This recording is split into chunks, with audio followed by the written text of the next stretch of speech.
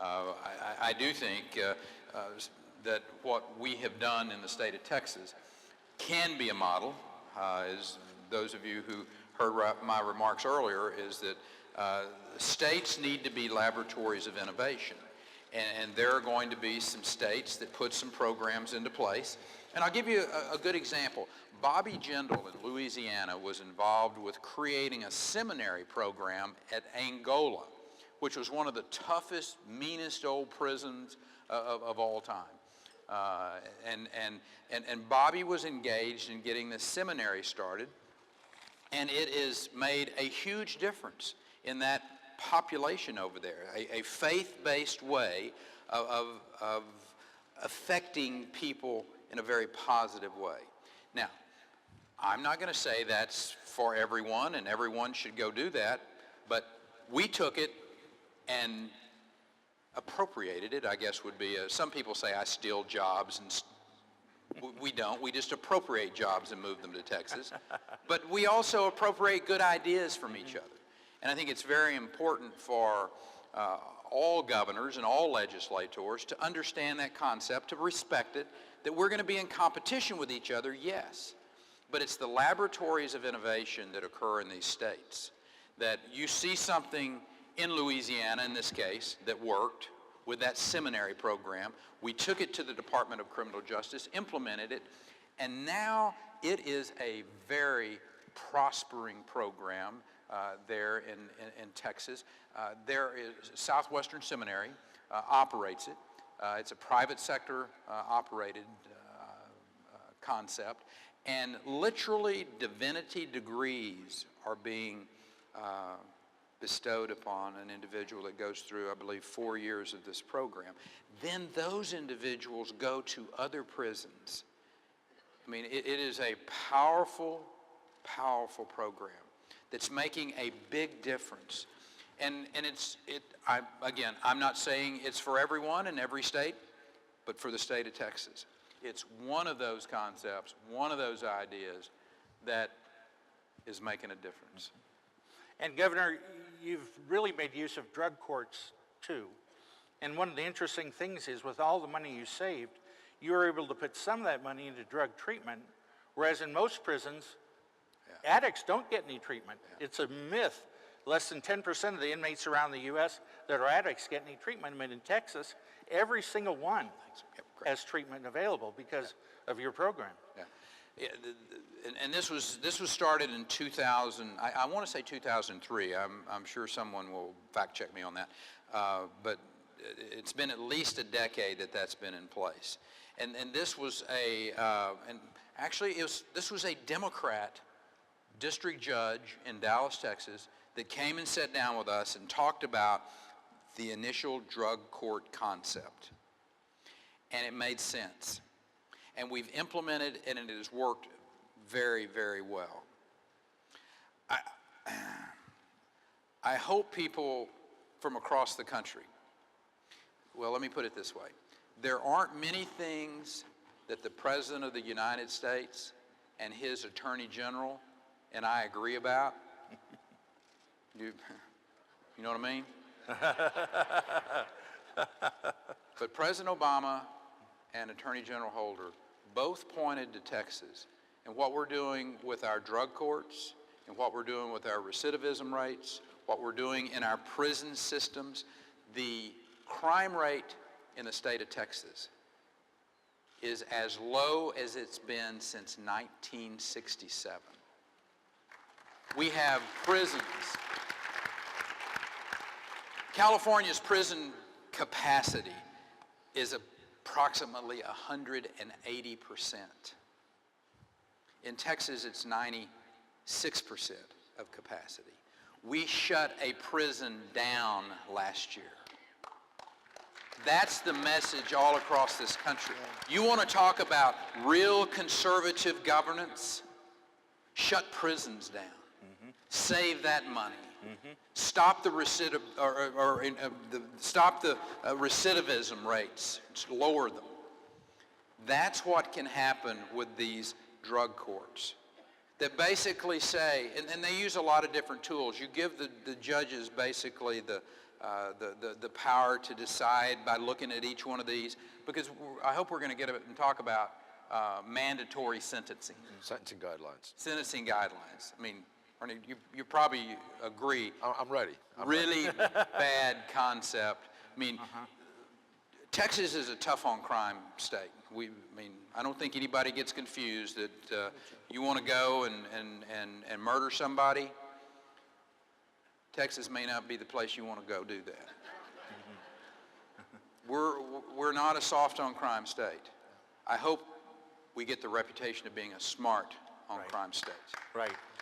Yeah. And Grover? Yeah. Look, this is important, and that's the key part, because you wouldn't necessarily expect, or certainly the establishment press doesn't expect to hear a discussion about criminal justice reform and prison reform at the Conservative Political Action Conference.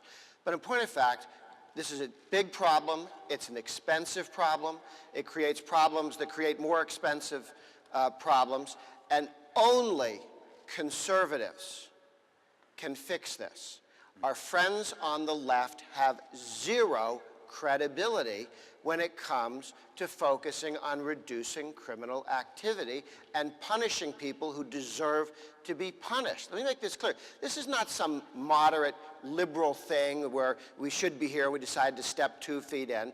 This is getting to punishing real criminals, violent criminals, habitual criminals, professional criminals, and keeping the costs down so we don't have to loot the American taxpayers to fill prisons with people who aren't a threat to other people. But if you leave them in prison long enough, you get additional problems that cost money and cost lives. This is about fighting crime smartly. There's a group has a booth here, Right on Crime. I hope you'll have a chance to go take a look at it. There are a lot of center-right political leaders who've signed on and said this is important.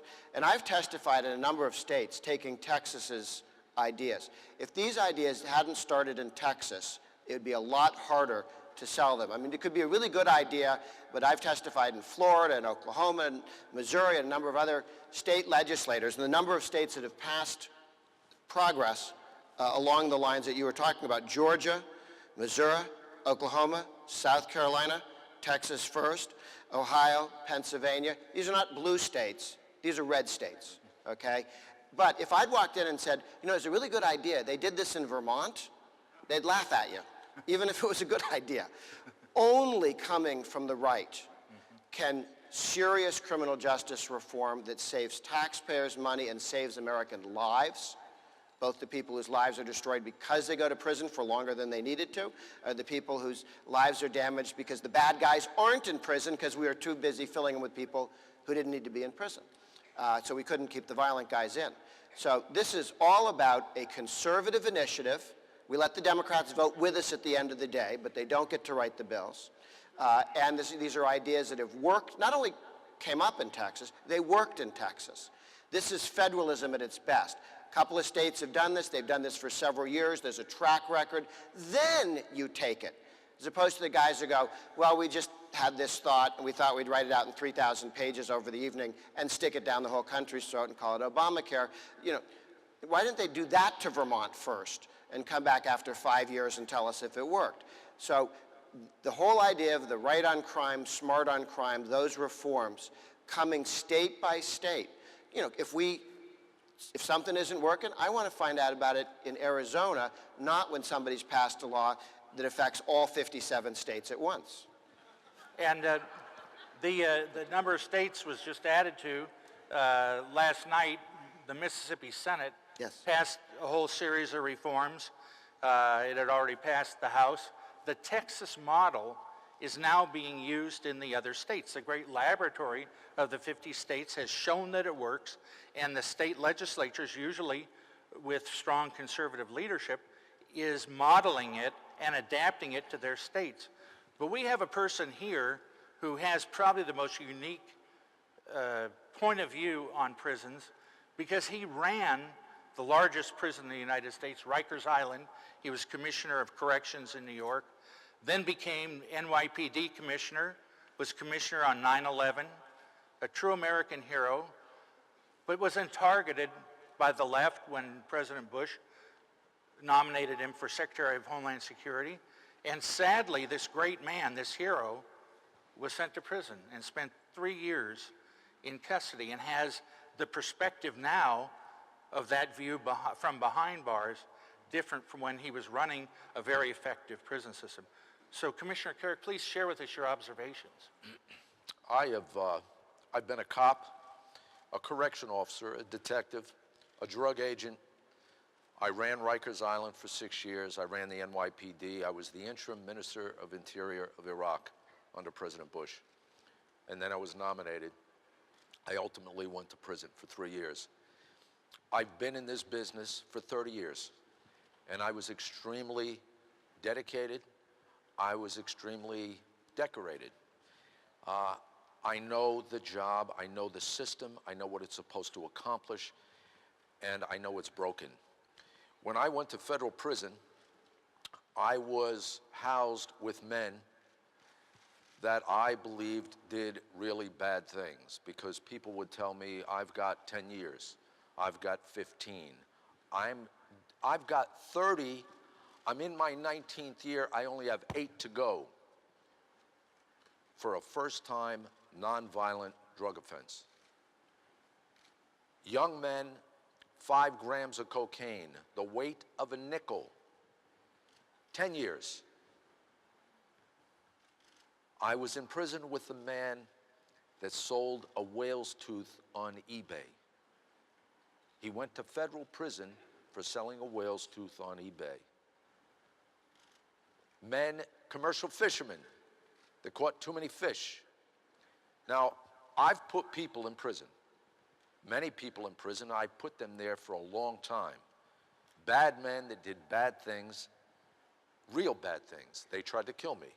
They killed my partners. I seized tons of cocaine from them, tons, millions in drug proceeds. But then I go to prison, and I'm housed with men that are there for first-time, nonviolent, nonsense offenses. Did they do something wrong? Maybe. But as someone said earlier, we are turning regulatory issues into crimes. We are putting people in prison for regulatory and administrative issues. They don't need prison.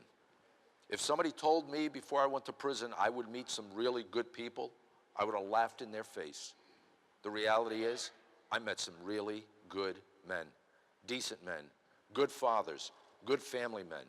They made a mistake. Some of them didn't even know what they did, but they went to prison. They went to prison because the system is broken. There are people that belong in prison, and I have to compliment the governor. Texas started the change in this country. The rest of the country should follow. Texas realized it's unsustainable economically. You can't continue down this road. And there's all the states that have followed Texas and will continue to follow Texas because they have to pay for their budgets. They have to pay for those people going to prison. The federal government, they print money. They print money. Where's the biggest harm? In the federal government. The mandatory minimums, the sentencing guidelines, we've got to create alternatives, and we have to stop putting people in prison that don't necessarily have to be there to learn their mistake. And one last thing. I was sentenced to 3 years. I know men that were sentenced to a year and a day. A year and a day. It's a life sentence. A felony conviction is a life sentence. I knew a 19-year-old young man, a military man, that sold a pair of night vision goggles on eBay. 21 years old. He went to prison for 3 years.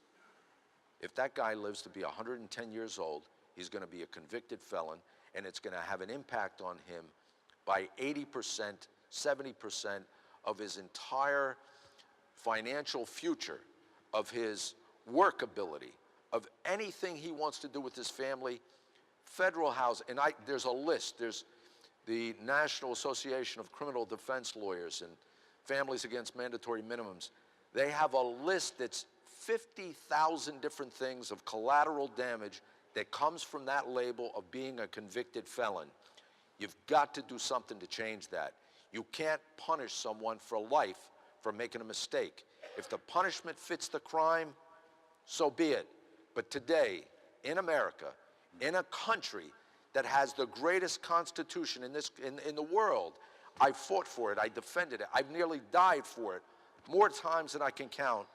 For a country that has this constitution, the system is broken. The punishment doesn't fit the crime, and it's got to get fixed.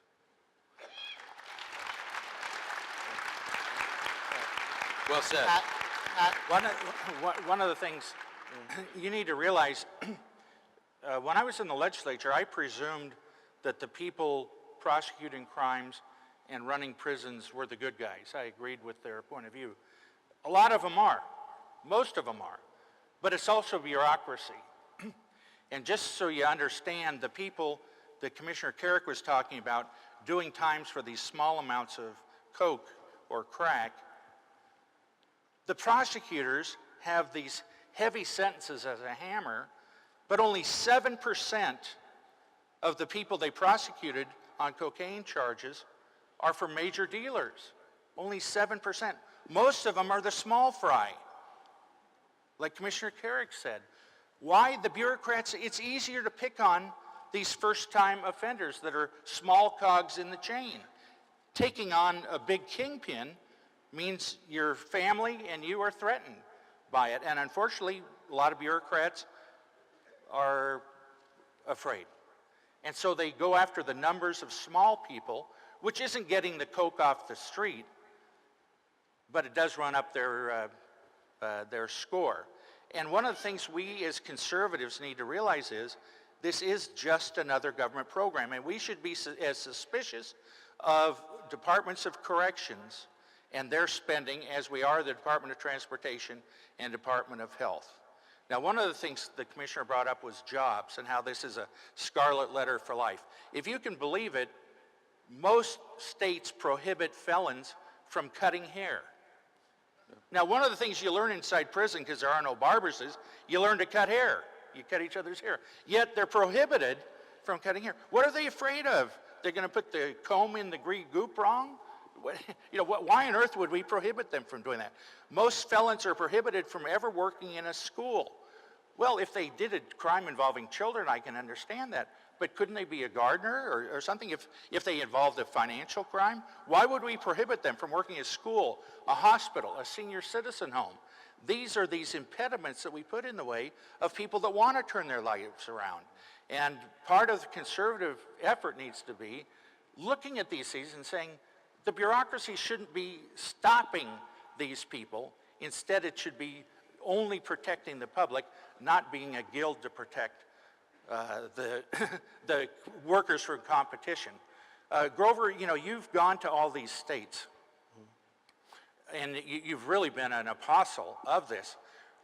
Right on Crime has been a very effective tool, and I hope you'll all go by the booth. Can you tell us a little about Right on Crime, how it started, and what? Sure. Look, Right on Crime got together. You had the great leadership from the Texas Public Policy Foundation.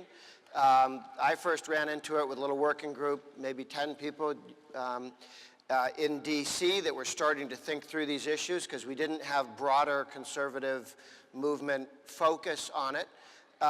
One of the reasons perhaps that was, it took me a couple of years, but eventually I realized I was the one person in the room of 10 who hadn't either been to prison or had an immediate family member in prison. The others had learned that there was this problem.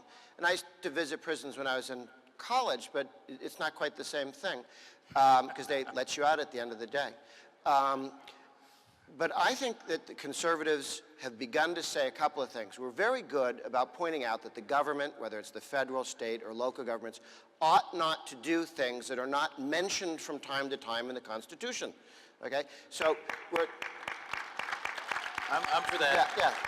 I'm for that. We're very clear on the government shouldn't do these things. However, having armed forces to keep the Canadians on their side of the border, that's written down. That's one of the things we have to do. Prisons to punish bad guys, a judicial system to enforce the law and property rights and contracts. That's in the Constitution. That's a legitimate function of government. And conservatives we're starting to say we need to spend as much time thinking how we do the stuff government should do intelligently and smartly and less expensively and better than any other country or any other state in the world. And that's as important as making the list of things the government should stop doing, period, or do less of on the way to not doing it all. So I think it's a more mature conservative movement that says we're ready to start governing as well as, trimming it back. Getting it smaller is an important key step. But even when we're down to the list of things that are mentioned in the Constitution from time to time that are legitimate functions of a reasonable government, that list itself can be done more intelligently, less expensively, and controlled by people. Clemenceau, the French leader looking at the disaster of World War I, said war is too important to leave to the generals. The judicial system is too important to leave to the prosecutors, okay? We need to get more involved and not have one set of people. The prison guards set the rules to make prison guards' life easier, not to have fewer less recidivism and a whole series of other things.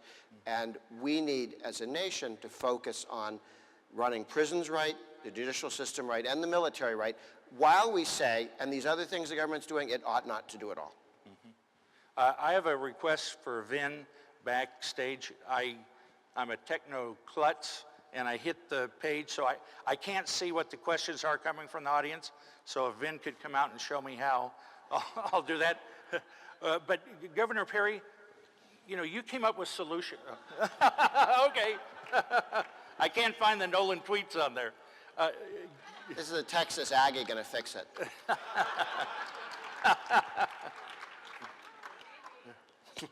Go ahead and ask me a question while I'm scrolling down here. Oh, Finding. He can double task too. We're offering solutions. It seems to me the Republican Governors Association would be a great forum to share this and have them part of a coordinated campaign around the country. Vin, I'm sorry. Here, Governor. Here you go. He's. I'm really sorry, Vin. I was reading more of the retweets from that was going on social media that Rick Santorum's outside having a good event out there. So okay. Anyway. Your wife says to bring back the milk. Yeah. But he asked about the Republican Governors Association and the interaction between governors, and we do that. As a matter of fact, and I will say that there are other organizations out there that Democrat governors interact with. We're not really that siloed when you get down to it, because we do compete with each other. Now, it makes people uncomfortable. Competition is uncomfortable. I mean, when I show up in Maryland with some TV ads that are talking about the rain tax that you all have, and wouldn't it be wise for most of you to move to Texas so you don't have to pay those outrageous taxes? The governor of those states sometimes get a little bit peeved. Thank you. But that's okay, because listen, it's not personal. This is about truly having an open conversation, and people should be able to pick and choose the place they want to live, whether it's economic issues or social issues that they're most comfortable with. And that's the beauty of these 50 laboratories of innovation. But we do look at best practices. We do collect whether it's economic best practices, whether it's educational best practice, whether it's criminal justice best practices, and the Republican Governors Association, we share those with each other. So, and again, I want to go back to the President of the United States and the Attorney General, both recognizing that what we've done in Texas, and I know this was probably hard for him to admit, but to admit that the minimum sentencing guidelines, or those minimum sentencing guidelines are wrong. They're not working, and that there is a place that has implemented some programs that are making a difference in people's lives. Economically, it's making sense. Recidivism rise, it's making sense. Getting people's lives back. And if we're really going to be honest citizens of this great country, Being able to give people a second chance is really important. And the Texas prison system, again, we're not perfect. We're moving towards perfection every day. We hope someday to attain it, probably won't. But the fact is, that should be our goal. The idea that we lock people up, throw them away, never give them a chance at redemption is not what America's about. And I hope that's truly what the conservative cause in America is all about. On the mandatory minimum fight, I testified in Congress on suggesting that they think through mandatory minimums, and you had the list in front of me of what the mandatory minimums were. And they were a list of things that had been in the headlines, and a politician wanted to have a press conference raising or establishing a mandatory minimum saying, you know, I'm really against carjacking, and therefore I put in a mandatory minimum. Treason, by the way, has a mandatory minimum of 5 years. But all these other crimes that were not quite treason were up, but get better headlines, were way up there and just outrageous. I mean, it was clearly driven by somebody's need to get a headline one day, and we're living with it decades later, and there are people in prison living with it decades later. In addition to Right on Crime, you go to their website and to their booth here, Families Against Mandatory Minimums also speaks specifically to that issue at the federal and state level. And there are a couple of bills before Congress right now. Yeah. You can find out at the FAM site or Justice Fellowship site or Right on Crime. Rand Paul, Lee, I mean, all the good guys on our team are taking the lead on this, which is so important. We cannot, there's a problem. We cannot let the left, once again, identify correctly a problem and then stick on top of it a solution that makes it worse. We've got to wrestle with the problem and come up with solutions consistent with conservative principles.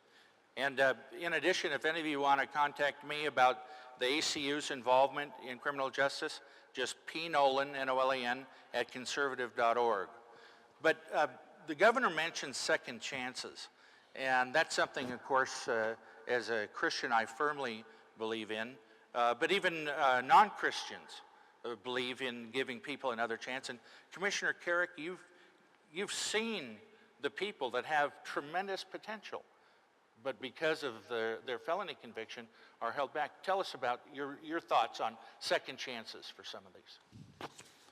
A 20-year-old kid gets arrested in Baltimore for minimal possession of cocaine. He's tied into a conspiracy. He gets 10 years. He's sent to prison for 10 years. He does 8.5. During that time in federal prison, he really gets no education, no life improvement skills, no tools necessary to be a better person when he gets on the outside, because he basically gets a new education. He learns how to steal, cheat, lie, manipulate, gamble, and fight. That's what he learns in prison. That's what you're taught. That's what prison is. It's a training ground for thuggery and criminality. So you put this kid in prison, he stays for 8.5 years, and then by some delusion, we believe that he's going to go back to society a better person. Well, I taught a class in prison, a life lessons class, and I would talk to these young men and say, listen, you've got to get your GED. You've got to get education. You've got to pay attention. And that same young man looked at me and said, I am black, I'm a convicted felon, and that GED isn't going to help me ever. And you know what? I know men right now that went to prison on minor white-collar offenses. They have doctorates. They have master's degrees. They have bachelors. They cannot find work. They cannot get hired. If they can't get hired, do you think that young man, that 21-year-old kid, is ever going to get hired? Never. Never. And the problem with that is there are thousands upon thousands of them in prison. Is that really what we want for society? You want to take all the societal values out of a person that they have, whatever they have. You want to infuse them with institutional values and then let them go back to society. It is wrong for this country. It's wrong for this party. And if there's ever a time that this stuff can get fixed, this is the time. And I'm going to just say it one last time. If Texas can do it, the entire country can do it. That's true. Yeah. Yep. That's true. Yep. Yeah. Hey, Bernie, let me just, your remarks, and thank you for your service, sir. Thank you. You know, thank you for giving back so much to this country. Thank you. But I just want to, for sake of hopefully some governor somewhere or some legislator that's going to see this and this really impacts, over the course of just this last legislative session, I just want to go over a number of, we had a very successful session, and I signed into law requiring our prison system to provide vocational programs to inmates based on the Texas job market and what we were going to need when individuals would be able to get out, requiring inmates to be given more information so that they would have professional licensing information and restrictions before they enrolled in a vocational program. But we also gave limited liability to employers that hire former inmates. And let me tell you, that is a very powerful message that, because, you know, people say, oh, you've been in the prison system, we're not going to hire you. To see that piece of legislation that said, Mr. Nolan, here's the protection that you need from a limited liability standpoint. A prison entrepreneurship program that was organized by a Houston nonprofit and Baylor University to issue certificates in entrepreneurship after they completed this program. I mean, using those prisons are going to be used as a training ground. Right. One way or the other. Whether you're going to train them to be really, really good criminals, or we're going to train them to be entrepreneurs. And the choice is ours. And they're going to be our neighbors. 95% of the people in prison are going to be released someday. Wouldn't it be better if they had skills, not only skills to have a job, but to be a good parent, to be a good citizen? There's an employer up in Pennsylvania. He was a member of the Federal Reserve Board, pretty important fella, a Nixon appointee. Over half of his employees at his plant are ex-offenders. His COO had come to him and said, let's try to give jobs to these ex-offenders.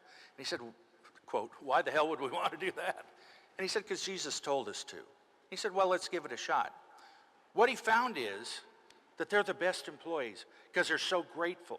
Now he's careful who he chooses, but they look out for each other. They keep each other on the straight and narrow. Again, over 50% of his employees now are ex-offenders because they show up every day. They're grateful for the job. They're honest on the job. And they help recruit each other from the good guys inside. They know who the toughs are, and they also know who the good guys are. This is just one businessman doing it. He said not only is it the moral decision, it's a good business decision. If you out there have a social reform movement from the right in decades, it is. This is our chance to show we can provide solutions to a vexing problem. And we show that they work.